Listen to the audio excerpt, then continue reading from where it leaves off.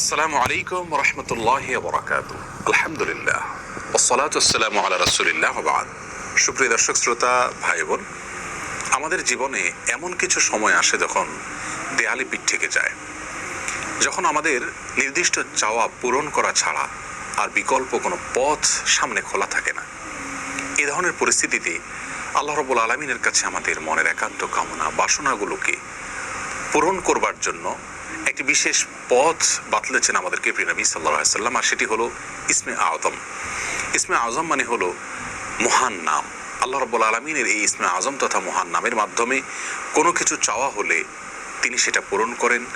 এই নামের মাধ্যমে আল্লাহকে ডাকা হলে তিনি সেটাকে সাড়া দেন। এ মর্মে নবী আলাইহিস সালামের অনেকগুলো হাদিস রয়েছে।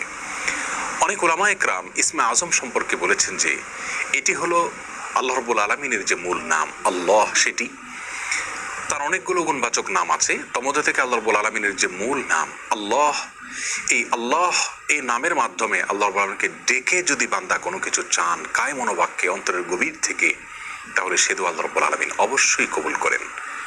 এজন্য কোনো কিছু আল্লাহ রাব্বুল আলামিনের কাছে চাওয়ার আগে যদি আল্লাহ বলে ডেকে ভালোবাসা থেকে, আস্থা থেকে, ভরসা থেকে, কায় মনোবাক্যে দীনতাহীনতার সাথে আল্লাহকে ডেকে যদি কেউ দোয়া করেন, তাহলে সে দোয়া আল্লাহ রাব্বুল আলামিন ফিরিয়ে দেন না।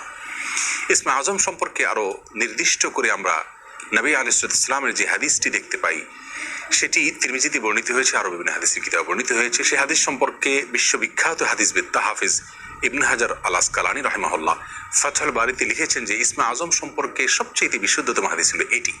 আর সেটি হলো এই যে বুরায়দা রাদিয়াল্লাহু আনহু বর্ণনা করেছেন, এক ব্যক্তি নামাজের মধ্যে একবার কিছু বাক্য বলে উঠলেন। নবী সাল্লাল্লাহু আলাইহি সাল্লাম তার কথাগুলো শুনলেন।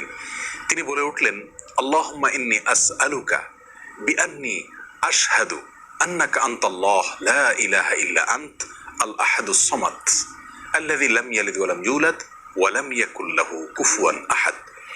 তার মুখে এই বাক্যগুলো শুনে নবী আলাইহিস সালাম বলেছেন, নিশ্চয়ই এই লোকটি ইসমে আযম পাঠ করেছে। ইসমে আযমের মাধ্যমে আল্লাহ রাব্বুল আলামিনের কাছে কোনো কিছু চাওয়া হলে তিনি সেটা ফিরিয়ে দেন না। এর মাধ্যমে আল্লাহকে ডাকলে তিনি অবশ্যই তাতে সাড়া দেন। এই হাদিসের ভিত্তিতে অনেক মুহাদ্দিসিন ইকরাম বলেছেন এটি হলো সেই দোয়া যেটাকে ইসমে আযম বলা হয়, যার মাধ্যমে এটি পাঠ করার পর আল্লাহর কাছে কোনো কিছু পেশ করলে সেটাকে অবশ্যই আল্লাহ তাআলা পূরণ করেন। মনের যে কোনো ভালো আশা আল্লাহ তাআলা পূরণ করে থাকেন। দোয়াটি আবারও বলছি, আল্লাহুম্মা ইন্নী আসআলুকা বিআন্নী আশহাদু আন্নাকা আনতাল্লাহ লা ইলাহা ইল্লা আনত আল আহাদুস সামাদ আল্লাযী লাম ইয়ালিদ ওয়া লাম ইউলাদ ওয়া লাম ইয়াকুল লাহু কুফুয়ান আহাদ। যার অর্থ হলো, হে আল্লাহ, আমি আপনার কাছে প্রার্থনা করছি এই মর্মে যে, এই জন্য যে, এই ভিত্তিতে যে আমি সাক্ষ্য দেই আপনি আল্লাহ, আপনি ছাড়া সত্যিকারের কোনো মাবুদ নেই, আপনি কারো মুখাপেক্ষী নন, আপনি একক, এবং আপনি কাউকে জন্ম দেননি, আপনাকেও কেউ জন্ম দেয়নি, এবং আপনার সমকক্ষ আর কেউ হতে পারে না। এই বাক্যগুলো পাঠ করে আল্লাহর বড়ের কাছে কোনো চাওয়া পেশ করলে তিনি অবশ্যই সেটি পূরণ করেন।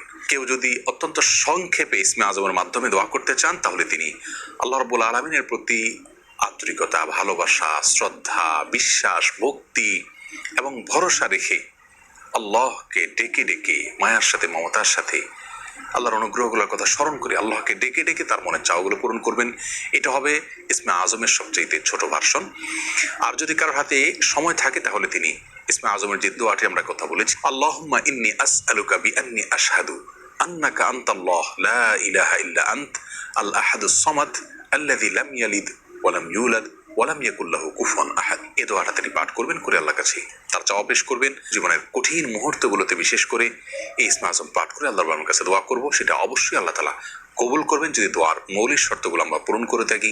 হালাল বক্ষণ করা, কায় মনোবাক্যে দোয়া করা এবং দোয়ার ক্ষেত্রে আন্তরিকতা এবং ঐকান্তিকতা থাকা, এই বিষয়গুলোকে যদি খেয়াল করে আমরা দোয়া করি, ইনশাআল্লাহ বিইذনিল্লাহ আল্লাহ তাআলা আমাদের সে দোয়া পূরণ করবেন।